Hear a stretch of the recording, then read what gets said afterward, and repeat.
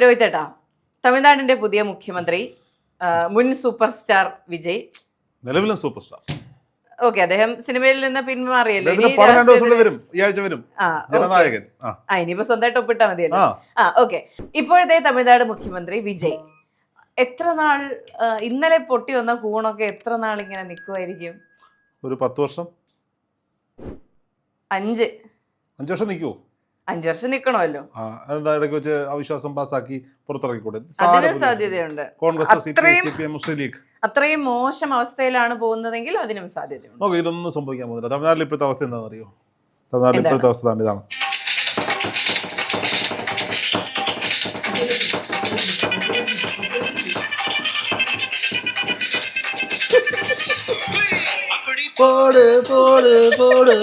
തമിഴ്നാട് മുഴുവൻ ഇളകി മറിയുകയാണ്. വിജയ് വെട്രി കഴകം, അല്ല സോറി, തമിഴക വെട്രി കഴകം. പേരിലെങ്കിലും കാര്യമൊന്നുമില്ല. വിജയുടെ പാർട്ടി, വിജയണ്ണന്റെ പാർട്ടി. നോക്കൂ, വിജയണ്ണന്റെ പാർട്ടി എന്ന് പറഞ്ഞ കമന്റ് ബോക്സിൽ കൊണ്ടിടുന്നത് സ്പെയിനിന്റെ ഫ്ലാഗ് ആണ്. അതറിയാലോ അല്ലേ?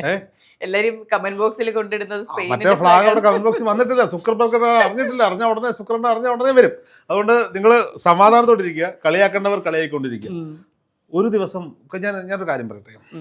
ഈ എംജിആറിന് ശേഷം സത്യത്തിൽ പണിയെടുത്ത് മുഖ്യമന്ത്രി കസേരയിൽ കയറിയിരുന്നു മുഖ്യമന്ത്രി തമിഴ്നാട്ടിൽ വിജയാണെന്ന് ഞാൻ പറയും. അപ്പോൾ എംജിആറും ഈ പറഞ്ഞ പോലെ സിനിമാ താരമായിരുന്നില്ലേ? എംജിആർ ഈ മുഖ്യമന്ത്രി ആകുന്നതിന് 20 വർഷങ്ങൾക്ക് മുമ്പോട്ട് രാഷ്ട്രീയ നിലപാട് പറഞ്ഞു രാഷ്ട്രീയത്തിൽ വന്ന് നേതാവായി 5 വർഷക്കാലം പണിയെടുത്തിട്ടാണ് എംജിആർ മുഖ്യമന്ത്രി കസേരയിൽ കയറിയിരുന്നത്. പിന്നീട് വന്ന കരുണാനിധി ആകട്ടെ, കരുണാനിധിക്ക് ശേഷം വന്ന കരുണാനിധിയുടെ മക്കൾ ആകട്ടെ, ജയലളിത ആകട്ടെ, എംജിആറിൻ്റെ റഫിലാണല്ലോ ജയലളിത ഇൻട്രൊഡ്യൂസ് ചെയ്യപ്പെട്ടത്. പക്ഷേ ജയലളിതയ്ക്ക് ഒരുപാട് ത്യാഗങ്ങളൊക്കെ സഹിച്ചിട്ടുണ്ട്, ഇല്ലെന്ന് പറയുന്നത്. എങ്കിലും ഈ ദ്രാവിഡ രാഷ്ട്രീയം മുന്നോട്ട് വെക്കുന്ന തമിഴ് മണ്ണിൽ ഒരു നേതാവ് പെട്ടെന്നൊരു ദിവസം കൊണ്ട് ഉദയം കൊള്ളുന്നു. ഇപ്പം ജനം നോക്കിക്കാണുന്നത് നോക്കടാ, 2 മാസം കൊണ്ട് അല്ലെങ്കിൽ 2 വർഷം കൊണ്ട് വിജയ് രാഷ്ട്രീയ പാർട്ടി ഉണ്ടാക്കി മുഖ്യമന്ത്രി ആയിരിക്കുന്നു. ഇതങ്ങനെ ഒരു ദിവസം കൊണ്ടോ, ഒരു വർഷം കൊണ്ടോ, 2 വർഷം കൊണ്ടോ, ഇപ്പോൾ 5 വർഷം കൊണ്ടോ ഒന്നും ഉണ്ടാക്കിയെടുത്ത സംവിധാനമല്ല വിജയ്. കഴിഞ്ഞ 15 വർഷക്കാലം വിജയുടെ സിനിമകൾ, വിജയുടെ ഇടപെടലുകൾ, വിജയുടെ പ്രസ്താവനകൾ, വിജയ് അഡ്രസ്സ് ചെയ്തിട്ടുള്ള സോഷ്യൽ ഇഷ്യൂസ്, വിജയ് അഡ്രസ്സ് ചെയ്തിട്ടുള്ള പബ്ലിക് പ്രോഗ്രാമുകളൊക്കെ ഒന്ന് കുത്തിയിരുന്ന് മനസ്സിലാക്കിയാൽ നമുക്ക് കൃത്യമായി അറിയാൻ കഴിയും. 15 വർഷക്കാലങ്ങൾക്ക് മുമ്പേ ആ ചെറുപ്പക്കാരൻ, ഇന്ന് 51 വയസ്സുള്ള വിജയ്, അദ്ദേഹത്തിൻ്റെ 35-ാമത്തെ വയസ്സിലോ 34-ാമത്തെ വയസ്സിലോ മനസ്സിൽ കുറിച്ചിട്ടതാണ് തമിഴ്നാടിൻ്റെ മുഖ്യമന്ത്രി കസേരയിൽ ഒരിക്കൽ താൻ പോയിരിക്കുമെന്നും വിജയ്, ചീഫ് മിനിസ്റ്റർ വിജയ് എന്ന് അവിടെ എഴുതുമെന്നും. പക്ഷേ അവിടെ സി ജോസഫ് വിജയ് എന്ന് എഴുതുന്നതിന് കൂടി ഒരു കാര്യമുണ്ട്.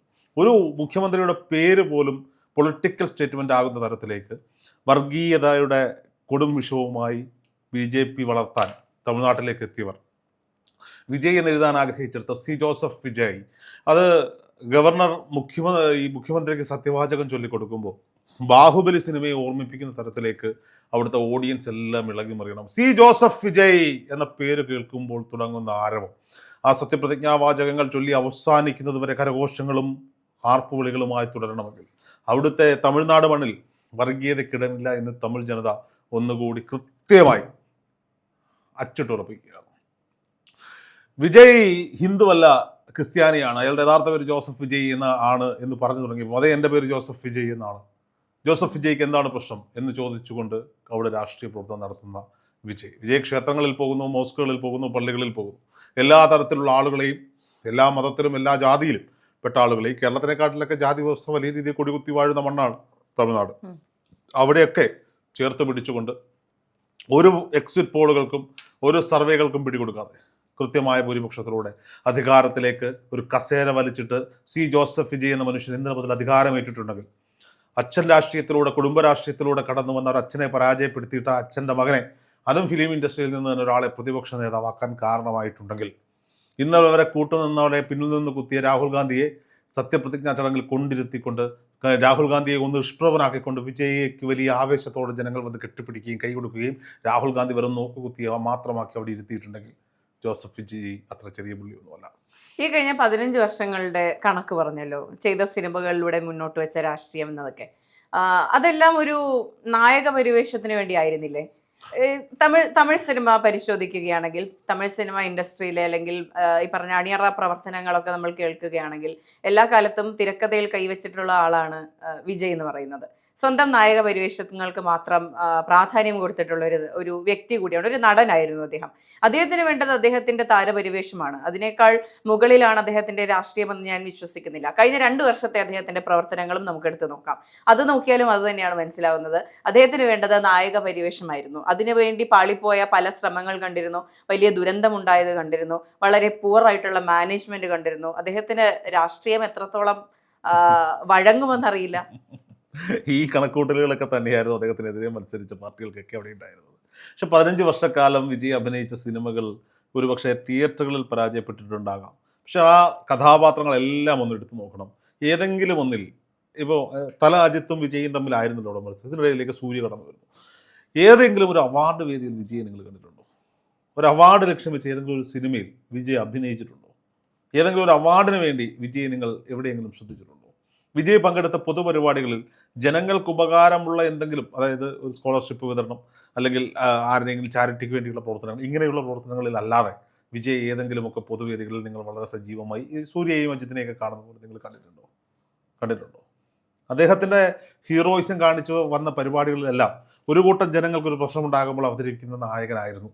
ആ കഥാപാത്രങ്ങളോട് ആത്മീയെ പോലെയുള്ള സംവിധായകരെ കൂട്ടുപിടിച്ചുകൊണ്ട് അദ്ദേഹം കൃത്യമായി നാടിൻ്റെ രാഷ്ട്രീയം പറഞ്ഞു. ഭാജക, അതായത് നമ്മുടെ ഭാരതീയ ജനതാ പാർട്ടിയുടെ രാഷ്ട്രീയത്തിനെതിരെ അദ്ദേഹം പലയിടത്തും തുറന്നടിച്ചില്ലേ? ഒരിക്കൽ മുഖ്യമന്ത്രി ജയലളിത മുഖ്യാതിഥിയായ ഒരു പരിപാടിയിൽ ജയലളിതയ്ക്കടുത്ത് വിജയ്ക്ക് സംഘാടകർ കസേര ഒരുക്കി. പക്ഷേ ഒരു ചെറുപ്പക്കാരൻ സിനിമാ നടൻ എൻ്റെ അടുത്ത് ഇരിക്കുന്നു എന്ന് അന്നത്തെ അമ്മ മുഖ്യമന്ത്രി ജയലളിത മുഖം കറുപ്പിച്ചു. അങ്ങ് പുറകിൽ ഓഡിയൻസിനിടയിൽ വിജയ്ക്ക് ഒരു കസേര ഒരുങ്ങി. അവിടെ ഇരുന്നു കൊണ്ട് മുന്നിൽ സിനിമാ താരങ്ങൾ മറ്റു പലരും ഇരിപ്പുണ്ടായിരുന്നു. പക്ഷേ ആ മനുഷ്യൻ അവിടെ നിന്ന് ഇറങ്ങിപ്പോയില്ല. അവിടെ ഇരുന്ന് കണ്ണിലൊരു ചെറിയ നനവോടുകൂടി ചുണ്ടിലൊരു ചെറുപുഞ്ചിരിയോടെ ആ പരിപാടി മുഴുവൻ അദ്ദേഹം കണ്ടു തീർത്തു. ഇന്നലെ അതേ സ്റ്റേഡിയത്തിൽ മുഖ്യമന്ത്രിയായി ആ ചെറുപ്പക്കാരൻ സത്യപ്രതിജ്ഞ ചെയ്ത് അധികാരമേറ്റു. ആദ്യം ഒപ്പുവെച്ചത് ആ നാട്ടിലെ സ്ത്രീകൾക്ക് സുരക്ഷയൊരുക്കുന്നതിന് വേണ്ടിയിട്ടുള്ള നിയമത്തിലാണ്. സ്ത്രീകൾക്ക്, കുടുംബങ്ങൾക്ക് സൗജന്യ വൈദ്യുതി നൽകുന്ന ബില്ലിലാണ്. ലഹരിമുക്തമായ ഒരു തമിഴ്നാടിനെ സൃഷ്ടിക്കുന്നതിനുള്ള മുന്നൊരുക്കങ്ങൾക്കാണ് അദ്ദേഹം ആദ്യം ഒപ്പിട്ട 3 ഫയലുകൾ. നോക്കൂ, ഈ തല അജിത്തും വിജയും പലപ്പോഴും ഇവരുടെ ഫാൻസ് തമ്മിലുള്ള ഫൈറ്റൊക്കെ നമ്മൾ അവിടെ കണ്ടിട്ടുണ്ട്. തല അജിത്ത് സിനിമയിൽ നിന്ന് കൂടുതൽ റേസ് ട്രാക്കിങ്ങിലേക്കും അദ്ദേഹത്തിൻ്റെ ആംബിഷൻസിലേക്കും ഫാഷനിലേക്കും ഒക്കെ പോയപ്പോൾ വിജയ് നടന്നു പോയത് മറ്റു തരത്തിലാണ്. അദ്ദേഹത്തിൻ്റെ ഫാൻസിനെ, തല അജിത്ത് അദ്ദേഹത്തിൻ്റെ ഫാൻസ് അസോസിയേഷനുകളെ പിരിച്ചുവിട്ടപ്പോൾ വിജയ് എന്താണ് ചെയ്തത്? അദ്ദേഹത്തിൻ്റെ ഫാൻസ് അസോസിയേഷനെ ചേർത്തുകൊണ്ട് സൽപ്രവർത്തികളുമായി മുന്നോട്ട് പോയി. ആ നാട്ടിലെ 10ാം ക്ലാസ് പാസ്സായ കുട്ടികൾ, +2 പാസ്സായ കുട്ടികൾ, ബിരുദാനന്തര ബിരുദം നേടിയവരെയൊക്കെ ചേർത്ത് പിടിച്ചുകൊണ്ട് മെറിറ്റ് അവാർഡുകൾ പ്രഖ്യാപിച്ചു. അവിടെ വിജയ് പറന്നിറങ്ങി. ആ നാട്ടിൽ ആഹാരമില്ലാതെ കഷ്ടപ്പെടുന്നവർക്ക് ആഹാരം എത്തിച്ചു കൊടുത്തു. പ്രതിസന്ധി കാലഘട്ടത്തിൽ, അതായത് കോവിഡിൻ്റെയും പ്രളയത്തിൻ്റെയും ഒക്കെ കാലഘട്ടത്തിൽ അന്യ സംസ്ഥാനങ്ങൾക്ക് കൂടി വിജയ് കൈത്താങ്ങി. വിജയ് ഫാൻസ് കയറ്റിവിട്ട ലോറികളുടെ എണ്ണമൊക്കെ പ്രളയകാലത്ത് നമുക്കറിയാം, കേരളത്തിനറിയാം. അങ്ങനെ അദ്ദേഹം നടത്തുന്ന സ്റ്റേറ്റ്മെൻറ്റുകൾ വളരെ കൃത്യമായിരുന്നു. ജനങ്ങളുടെ പൾസ് അറിഞ്ഞു. ഒരു നായക നടന് എന്തുമാത്രം കൃത്യമായി ഇവർക്കിടയിൽ ഇടപെടാൻ സാധിക്കും എന്ന് കൃത്യമായി അദ്ദേഹം പഠിച്ചു. അദ്ദേഹം അതിനുവേണ്ട സംവിധാനങ്ങൾ ഒരുക്കി. അദ്ദേഹത്തിൻ്റെ സിനിമകളിലൂടെ അദ്ദേഹത്തിൻ്റെ രാഷ്ട്രീയം മുന്നോട്ട് വെച്ചു. അങ്ങനെ വിജയ് എന്ന് പറയുന്ന അയാളും ഒരു താരവും കാഴ്ചക്കാരും, അല്ലെങ്കിൽ താരവും ആരാധകർക്കും തമ്മിൽ എപ്പോഴും ഒരു മതിലുണ്ടാകും, ഇല്ലേ? ആ മതിലില്ലായിരുന്നു വിജയുടെ ഒരു പരിപാടിയിലും. അദ്ദേഹം പാർട്ടി ഉണ്ടാക്കി സ്ഥാനാർത്ഥികളെ പ്രഖ്യാപിച്ചപ്പോഴും ആ മതിലുണ്ടായിരുന്നില്ല. അദ്ദേഹത്തിനൊപ്പം നിന്ന്, അദ്ദേഹത്തിന് വേണ്ടി പ്രവർത്തിച്ച, അദ്ദേഹത്തിൻ്റെ വാക്കുകൾ കേട്ട ആളുകളെ, അവരുടെ പ്രതിനിധികളെ തന്നെയാണ് അദ്ദേഹം നിയമസഭയിലേക്ക് മത്സരിപ്പിച്ചത്. കൃത്യമായ മാനേജ്മെൻറ്റിലൂടെ അദ്ദേഹം ജനമനസ്സുകളിലേക്ക് ഇടം നേടി. ആളുകളുടെ ആവശ്യങ്ങൾ മനസ്സിലാക്കി മാനിഫെസ്റ്റോ തയ്യാറാക്കി. ആ മാനിഫെസ്റ്റോ കൃത്യമായി ജനങ്ങളിലേക്ക് എത്തിച്ചു. മാനേജ്മെൻറ്റിൻ്റെ പ്രശ്നം പറഞ്ഞു. ആ നാട് ഭരിച്ച ഭരണാധികാരിയുടെ മാനേജ്മെന്റിന്റെ പ്രശ്നം കൊണ്ടല്ലേ ദുരന്തം ഉണ്ടായത്? ഈക്വലി റെസ്പോൺസിബിൾ ആണ്. അവിടെ 6 മണിക്കൂർ വൈകിയെത്തി വിജയ്ക്ക് അവിടെ പങ്കില്ലേ?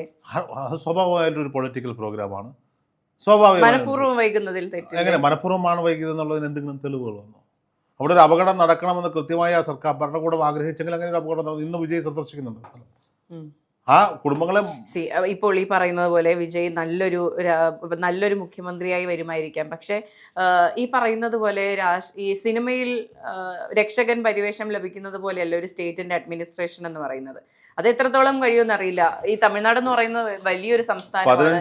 ഇത്രയും MLA-മാർക്ക് മുഖ്യമന്ത്രിയായി ഇരിക്കുക, ഇത്രയും മണ്ഡലങ്ങളുടെ കാര്യം നോക്കുക എന്ന് പറയുന്നത് ചെറിയൊരു കാര്യമല്ല. 15 വർഷക്കാലം കൊണ്ട് കൃത്യമായി രാഷ്ട്രീയം പഠിച്ച് 2 വർഷങ്ങൾക്ക് മുമ്പ് പ്രഖ്യാപിച്ചൊരു രാഷ്ട്രീയ പാർട്ടിയും കൊണ്ട് തമിഴ്നാട് പോലെ ഒരു സംസ്ഥാനം പിടിച്ചിട്ടുണ്ടെങ്കിൽ, ഒരു മുന്നണിയാണോട്ടല്ലോ 2 മുന്നണിയോട് എതിരിട്ട് സംസ്ഥാനം പിടിച്ചിട്ടുണ്ടെങ്കിൽ കൃത്യമായി അതറിയാൻ പറ്റുന്ന സംവിധാനങ്ങളും സംഘടനകളും ആളുകളെയും കണ്ടെത്തി വെച്ചിട്ട് തന്നെയായിരിക്കും വിജയ കളത്തിലേക്ക് ഇറങ്ങി വരാൻ പോകുന്ന ദിവസങ്ങളിൽ കൃത്യമായി അതിനുള്ള മറുപടി വിജയ് നൽകുക തന്നെ ചെയ്യും.